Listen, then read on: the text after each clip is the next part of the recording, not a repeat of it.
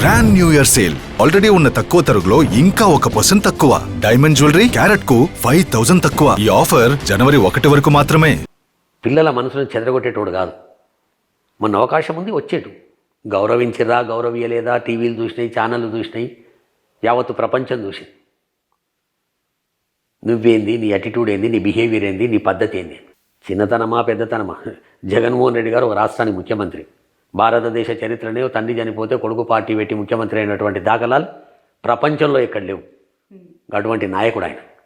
మీరు గౌరవించినా, నువ్వు గౌరవించినా, ఎవరు గౌరవించినా పెద్ద ఫరక పడదు, గౌరవించకుండా పెద్ద ఫరక పడదు ఆయన. కనుక రేపు పొద్దున పెళ్ళికి కూడా అవకాశం ఉంటే వస్తాడు, అవకాశం లేకపోతే పెళ్ళైన తర్వాత ఆశీర్వదిస్తాడు. మేనమామ.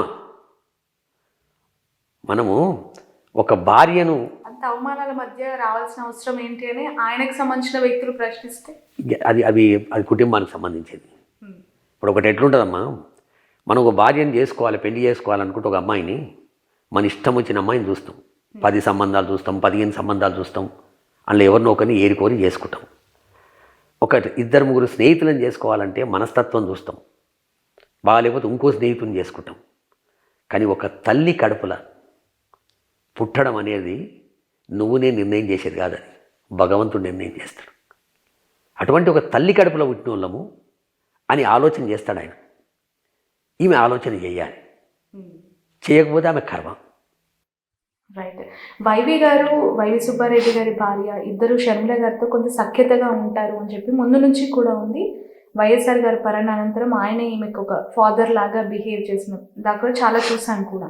బట్ నిన్న అతన్ని కూడా వైఎస్ఆర్లో అసలైన వైఎస్ఆర్ లేరు, వై అంటే వైవి అంటూ సంథింగ్ ఆయన గురించి మాట్లాడారు. అది చిల్లర అంటే పూర్తిగా ఇంకా వైరం కాదమ్మా, దేనికన్నా పోతుందమ్మా, ఎందాకైనా పోతుంది.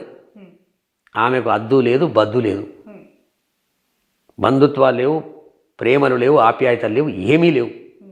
ఆమెకున్నదల్లా ఒక ఫ్రస్ట్రేషన్, ఓర్వలేనితనం. ఓర్వలేకపోతుంది పాపం. ఈ ఓర్వలేనితనం అంత పెద్ద రోగం ఇంకోటి ఉండదు.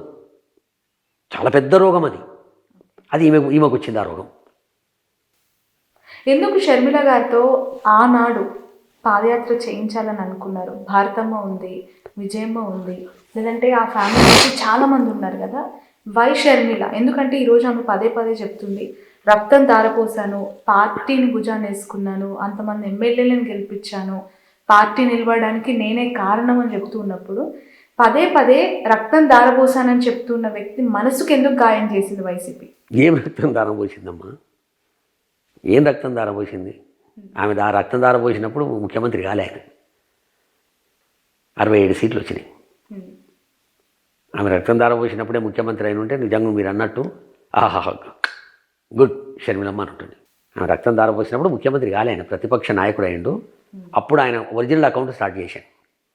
వాళ్ళ నాయన అకౌంట్ ఉంటుంది కదా, రాజశేఖర్ అన్నది, ఆ అకౌంట్కు యాడ్ చేసుకుంటూ ఒరిజినల్ అకౌంట్ స్టార్ట్ చేసిండు. 2019 వరకల్లా తండ్రిని మించిన అకౌంట్ను మెయింటైన్ చేశాడు. తండ్రి 1 అడుగు అకౌంట్ ఉంటే ఆయన 7 అడుగులు ముంగడికి వేసిన అకౌంట్ను ఓపెన్ చేసుకోండి. జగన్ గారి తండ్రి రాజశేఖర్ రెడ్డి గారు అనేటంత పేరు తెచ్చుకోండి. తండ్రి ఆరోగ్యశ్రీ పెడితే ఇవాళ 25 లక్షలు చేశాను. అది ఈమె రక్తం దార పోస్తేనో, నేను రక్తం దార పోస్తేనో, లేకపోతే అక్కడ ఉన్నటువంటి వైఎస్ఆర్సీపీ నాయకులు రక్తం దార పోస్తే కాదు, ఒంటి చేతి మీద గెలిపించుకుండు.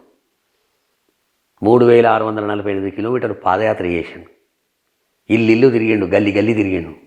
ఎండన్లే, వానన్లే, మంచన్లే, చెడ్డన్లే. కొనకు సంపనీకపోతే కూడా దాన్ని కూడా ఎదిరించుకున్నాడు. విజయమ్మ గారు మాట్లాడారు ఈ మధ్యకాలంలో? లేదమ్మా. మీరు అప్రోచ్ అవ్వడం? లేదమ్మా. ఆమె బాధతోటి ఉంటుంది. మనం ఇంకా ఆ బాధ ఉన్నది ఆమెను ఇంకా మనం కొంత బాధ పెట్టే ప్రయత్నం చేయొద్దు.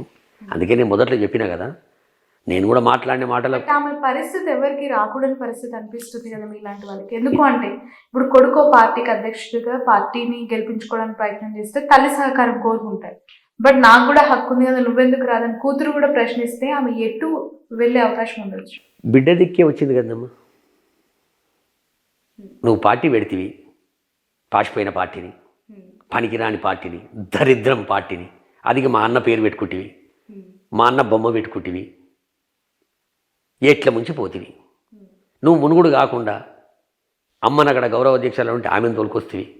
ఆమె గౌరవంగానే గౌరవ అధ్యక్షురాలు పక్కన పెట్టి నా కొడుకును మీ చేతికి అప్పచెప్తే ముఖ్యమంత్రి అయిండు, నా బిడ్డ కష్టకాలంలో ఉంది, ఆమెను తెలంగాణ ప్రజలకు అప్పచెప్పినని చెప్పి ఖమ్మంలో చెప్పిస్తేవి. ఆమె కన్నా విలువిస్తేవా అంటే బాధ అవుతుందా నీకు? కొండ రాఘవరెడ్డి అన్న ఈ మాటలు అన్న మాటలు తప్పనిపిస్తాయా? నేనేమడుగుతున్నా తల్లి, నీ బాధ ఏంది? నీ కష్టమేంది? తినేక తిండి లేదా? ఉండనీక ఇల్లు లేదా? ఎవరు ఉద్ధరిస్తామని ఇవన్నీ చేస్తున్నావు? నువ్వు ఉద్ధరించే పరిస్థితి ఉందాడా? చచ్చిపోయిన కాంగ్రెస్ పట్టుకుని ఎందుకు ఊగులాడుతున్నావు?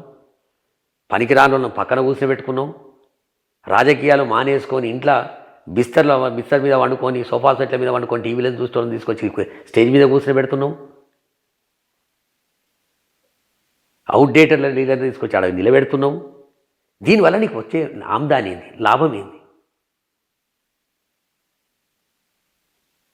నువ్వు చెప్పు. ఇక విజయమ్మ గారు ఏం చేయాలి చెప్పి ఇప్పుడు మేము? ఇంకొక అపవాదు కూడా, ఫైనల్ క్వశ్చన్ నాది.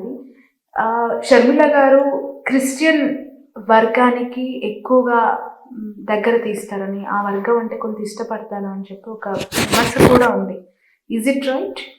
ఒకటమ్మా, నా దేవుడు నాకు, నీ దేవుడు నీకు. ఇదే ప్రశ్న నువ్వు ఏదో వేసినట్టు ఒకసారి వేస్తే నీకు సమాధానం ఏం చెప్పిందో కూడా అప్పుడు నేను పక్కకే ఉన్నా.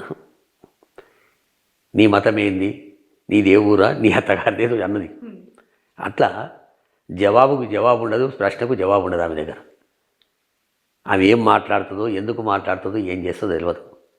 క్రైస్తవుడైనా, హిందూ అయినా, ఎస్సీ అయినా, ఎస్టీ అయినా, బీసీ అయినా, ముస్లిం మైనార్టీ అయినా జగన్ రెడ్డి గారికి ఒకటే సమానం. నేను క్రైస్తవునని చెప్పి హిందూ గుళ్ళను గులగొట్టియలేను. హిందూ గుళ్ళను చంద్రబాబు నాయుడు పులగొడితే దాన్ని ఓపెన్ చేయడానికి అచ్చమైన హిందూగా తయారై పూజలు చేసి ఓపెన్ చేస్తున్నాడు. అది మానవతామూర్తికి, మానవునికి ఉన్నటువంటి లక్షణం. నా దేవుని నేను ఎంత ప్రేమిస్తానో ఎదుటివాని దేవుని ఎంత ప్రేమిస్తేనే వాడు మనిషి. అది ఆయన లోపట ఉంది.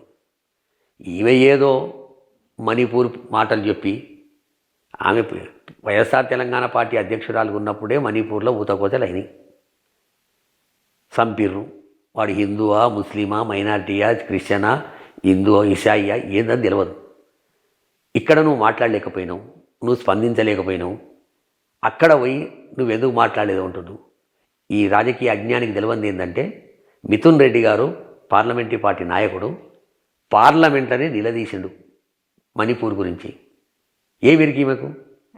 ఎవడో రాసి ఉంటాడు, ఆ రాసి ఇచ్చిన దాని మీద ఈమె మాట్లాడతాడు. చేవెళ్ళ నుంచి పాదయాత్ర స్టార్ట్ చేసిన వైఎస్ఆర్ సూపర్ సక్సెస్ పాలిటిక్స్లో. అదే బాటలో షర్మిల గారు కూడా స్టార్ట్ చేసి అట్రఫ్లాప్ అని చెప్పి మాట్లాడుకునే సందర్భం ఇలా చూడాలండి. రాజశేఖర రెడ్డి గారి పాదయాత్రకు మహాత్మా గాంధీ గారి పాదయాత్రతో పోలిస్తే బాగుంటుంది. రాజశేఖర రెడ్డి గారి పాదయాత్రకు జగన్ గారితో పోల్చినా బాగుంటుంది. షర్మిలమ్మ గారితో పోలిస్తే బాగుంటుంది. నీ జాగ కాదు, నీ ఊరు కాదు, నీ ఇల్లు కాదు, నువ్వు ఈడొచ్చి ఆడపిల్ల అంటివి, ఈడికెళ్ళి ఆడపిల్ల అంటున్నావు. ఇటువంటి వాళ్ళకు రాజశేఖర గారితో పోల్చొద్దు. కష్టపడి పాదాల మీద చేశారు పాదయాత్ర. అది పాదాల మీద చేసిరు, కడుపులో తిప్పినట్టు అవుతుంది. ఇక అవన్నీ ఉన్నాయి అనుకోండి. Right. Thank you so much Raghava Reddy గారు. చాలా కాలం తర్వాత, నిజంగా చెప్పాలంటే వైఎస్ఆర్ టీపీలో మీరు ఏ రోజైతే రాజీనామా ప్రకటించారో ఆ తర్వాత మీతో మాట్లాడిన సందర్భం లేదు. బట్ చాలా కన్ఫ్యూజన్ పాలిటిక్స్ ఏపీలో ప్రస్తుతం ఉన్నాయి. ఒకే కుటుంబం నుంచి వచ్చిన ఇద్దరు వ్యక్తులు మధ్య జరుగుతున్న ఈ ఇష్యూస్, ఒకవైపు ప్రత్యర్థి పార్టీలు చాలా బలంగా పుంజుకుంటున్నాయనే వార్తలు, మరోవైపు ఏపీ ప్రజలకి కొన్ని క్లారిటీస్ ఇవ్వాల్సిన అవసరం ఉందేమో అని చెప్పి మీ టైం అడిగాను. ఇచ్చినందుకు థ్యాంక్ యూ సో మచ్. చాలా విషయాలు చెప్పినందుకు థ్యాంక్ యూ. సో ఇది ముందు నుంచి అంటే 3 generations వైఎస్ ఫ్యామిలీతో 3 generations ట్రావెల్ చేసిన వ్యక్తి కొండా రాఘవరెడ్డి గారు. చాలా సుదీర్ఘమైన అనుభవాన్ని ఆయన మనతో షేర్ చేసుకున్నారు. రాజారెడ్డి గారు, వైఎస్ఆర్ గారు, ఇప్పుడు ఆయన వారసు షర్మిల, జగన్మోహన్ రెడ్డి. చాలా డీటెయిల్డ్ ఇంటర్వ్యూ అనుకుంటున్నాను ఇది. Thanks lot for watching. State